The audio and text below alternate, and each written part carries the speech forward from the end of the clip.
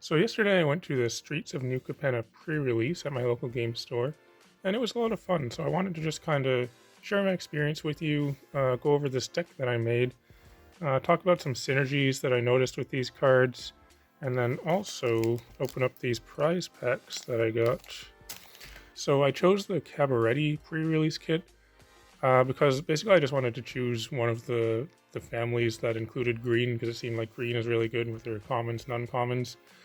Actually, green was not too prevalent in my deck. It was mostly red, but it went pretty well. I ended up going 2-0-1, so 2 wins, 0 losses, and 1 draw. Um, Mostly on the back of this card, which we'll get to in a bit. Let's start with these 1-drops, though. I had 3 Gold Hounds. When I saw this card spoiled, initially I thought, that seems super pushed for a 1-drop in red, and yes, I can confirm this is a very good card. I mean, a 1/1 first strike menace for 1 is pretty decent. It's an artifact, so there's artifact synergies, but it's basically a mana dork in red. You can just sack it and add 1 mana of any color. So having 3 of these helped a lot, especially with this card. Um, I did end up playing the Cabaretti colors, the red, white, and green, or Naya, you might want to refer to it as. These cards were pretty good. This Jetmir's Fixer had a couple of these. One synergy with this is that, so you'll see you can pay 2 mana and give it +1/+1 to land a turn, but if that mana, it comes from a treasure, then you put a counter on it instead. So, obviously you just sack a treasure token and get your treasure that way, or you could get mana from a Gold Hound. That would count as a treasure. But there was this card, Glittering Stockpile. This is a mana rock, but it's also a treasure. So one thing that came up was basically if you have this and a land that can produce green mana, you can just put a counter on this every turn because the mana is coming from a treasure if you're using it to use this ability here. It seemed like there were a lot of good 3-drops kind of in the set as a whole, so I have a few decent ones here. Well, I guess more than decent. There's these are some multicolored ones. This Ginny Faye and Rigo Streetwise Mentor. Both of them were quite good. I would say that Ginny was better, mostly because of synergy with another card. But these kind of made it difficult to choose exactly which colors I was going to play, because for a while I wasn't sure I was going to go with the Cabaretti colors, despite having that pre-release kit, because I also opened these 3-drops in other colors, so I thought about possibly going with, what is this, Obscura, I think, because these cards seem pretty good, and then I'd also be able to play this one in those colors, but then I wouldn't have been able to play this one, so I had to kind of make a choice for now, which of my 3-drops do I want to play? So I ended up going with these. This card is one that the first time I saw this, I thought it seemed not great. The Pyre, Fire Sledge Arsonist. But there's so many things that you kind of just incidentally sacrifice in this set, mainly treasures. But then there's also these lands they just sacrifice as soon as you come into play, right? So if you play one of these and you have this out, that can automatically give you the ability to do 1 damage to something, which is quite relevant. And this card actually did end up being pretty important. Glittermonger was good. I mean, obviously, you just make a treasure every turn. That's going to be pretty good, right? This one, the Freelance Muscle, another one that seemed quite strong when I saw it. And yeah, I mean, this can get super big. The only thing is that you need a way to give it trample. So that was one of the reasons why I ended up with that draw. I couldn't finish out the game because I couldn't give this guy trample. I did actually open up the there's an uncommon artifact that gives your creature +2/+1 in trample, and I thought about playing it, but I didn't put it in the deck. But maybe I should have. That would have worked really well with this. There's this cycle of cards where it basically fixes your mana, and then you can cast this from exile. I never used that ability. Like, actually, one thing is despite this being a multicolored set, so you're obviously going to be playing at least 2 colors, probably more than likely 3. I played 4, and I almost never had any color issues. I think there was maybe 1 game where I was unable to cast one of my spells due to color, but by and large, the fix. Like, there's a lot of fixing in this set, so I didn't really have issues at all really with not having the colors that I needed. We'll get to this card, the most important one. So I got this mythic Ziatora the Incinerator. This card is really good, and so I'm playing the green, white, and red family deck. This has black in it also, and I played 0 swamps in my deck. I had 0 black mana producing lands. My thinking was that this is the only card that has black, and there's only 1 black mana symbol in it.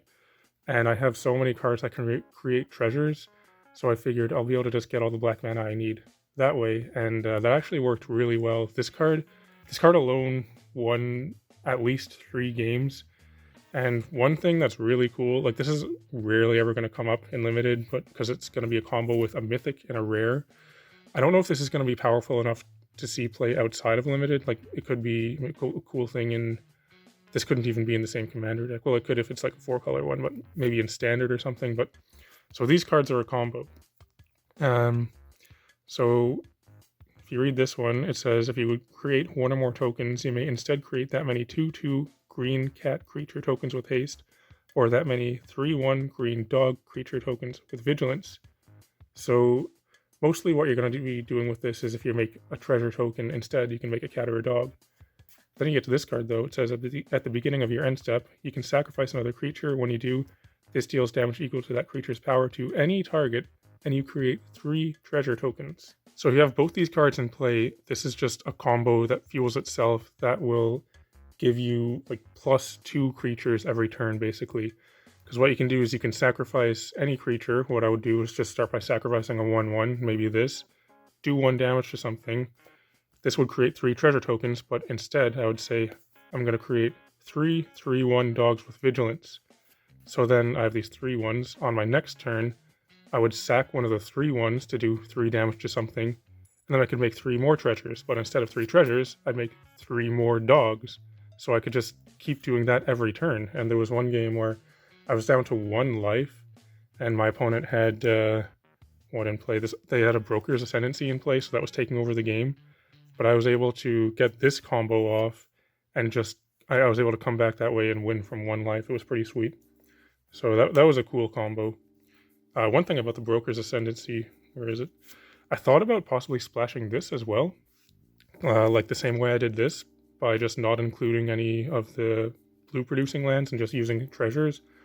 But I thought that might be a little bit too risky because, there were some games where I did have to use my only treasure to play this, so that means that I wouldn't have been able to play this. So I don't know. I feel like you could do something like that, though. Like, it might have worked if I included this as well. Just play a 5-color deck, but only have 3 colors of lands. I think that could work in this set. And then there were some non-creature spells here, mostly just removal. Like, there was this Mana Rock, some removal, threaten effect, and then the Cabaret Charm, which is obviously going to be good. So that went pretty well, and I managed to go, like I said, 2-0-1, so I got 2nd place, and was fortunate enough to win these 5 prize packs. So how about we open those up now? See if we can get some cool stuff. Alright. So I opened up that set booster box of New Capenna earlier, yesterday. It was quite good.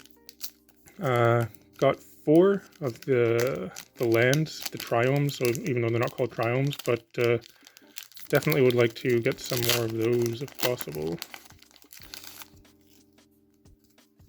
Be fun to get some cool stuff from the list too, because it seems like the list is really juiced up now.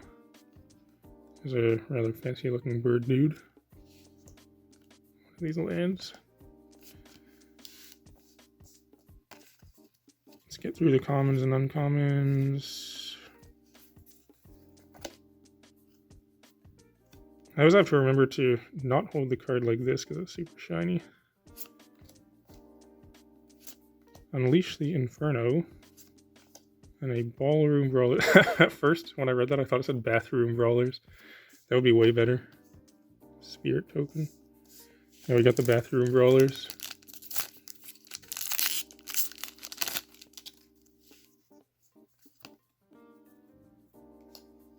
Foil Mountain.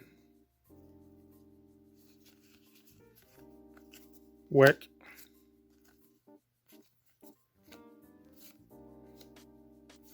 Ajaxis the Troublemaker. That's a good card. I believe that's the Buy a Box promo or something like that, isn't it? But I think it's a pretty good card. Oh, there's a good one. How about that? A foil Jetmir's Garden. Alright, that's what I was looking for. There's one, so I said I got 4 of them. There's one that I hadn't got before. I don't remember which one it was, though. I think I had that one. Foil Swamp this time.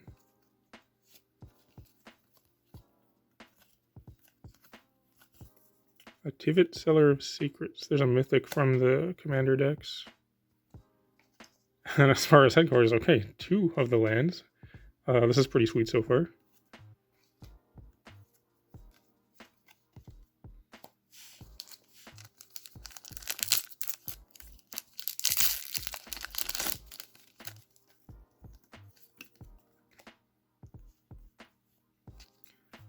I really need to learn which are the good uncommons. I could just be going right by them and I wouldn't know it. Mr. Orfeo, that's probably not one of them. Hostile Takeover. Gilded Pinions, and a treasure. So 0 list cards so far. Can we get 1 card from the list? There's the last pack here. Man, can't complain because 2 of those lands is pretty awesome. But it would be nice to get a list card.